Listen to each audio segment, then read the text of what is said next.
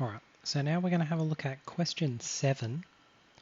So question 7, this is University Calc 1 paper. So we're asked which of the following statements is false? So this is a properties of modulus and conjugate question. This is based on modulus and conjugate theorems. So we're going to have a look at some of these. So if you know, you know. You can just memorize a whole bunch of these, but sometimes you can also calculate them if you're not too sure. So we're actually going to go through them and have a look at each one. So we're going to have a look at A.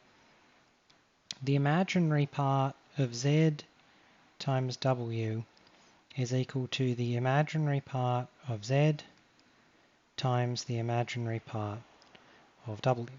So let's imagine two vectors, complex vectors. Z is A plus IB and W is C plus ID. If we're going to work this out, we need to be able to multiply these. In order to multiply these, we are going to essentially use FOIL expansion. So we need to find Z times W. Z times W is actually A plus IB times C plus ID. A times C is AC. A times ID is plus I, AD. IB times C is plus I, BC. And IB times ID is plus I squared D. Now, we have an I squared. I squared by definition is equal to minus 1. So this ends up being AC, and there should be a B here as well. So this is BD. This becomes minus 1. So we get AC minus BD plus I times AD plus BC. This is our real part. So we now have a new vector. Let's call this X. X is some new vector E plus I F, where E is equal to AC minus BD and F is equal to AD plus BC.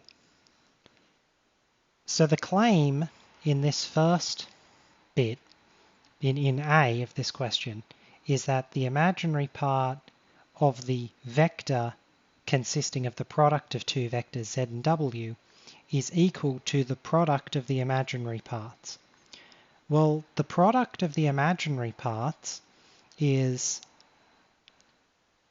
B times D, right? So BD. But in this case, the imaginary part is F, which is AD plus BC.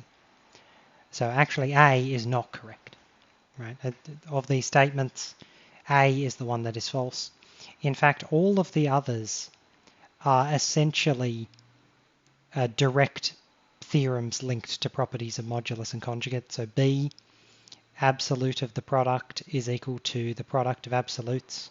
This is one of the first. This is the first modulus conjugate theorem, or one of the earliest ones listed. Absolute, the conjugate of the product is equal to the product of the conjugates.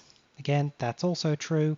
And then W plus Z is less than or equal to, this is essentially a vector triangle identity, because W and Z act as vectors.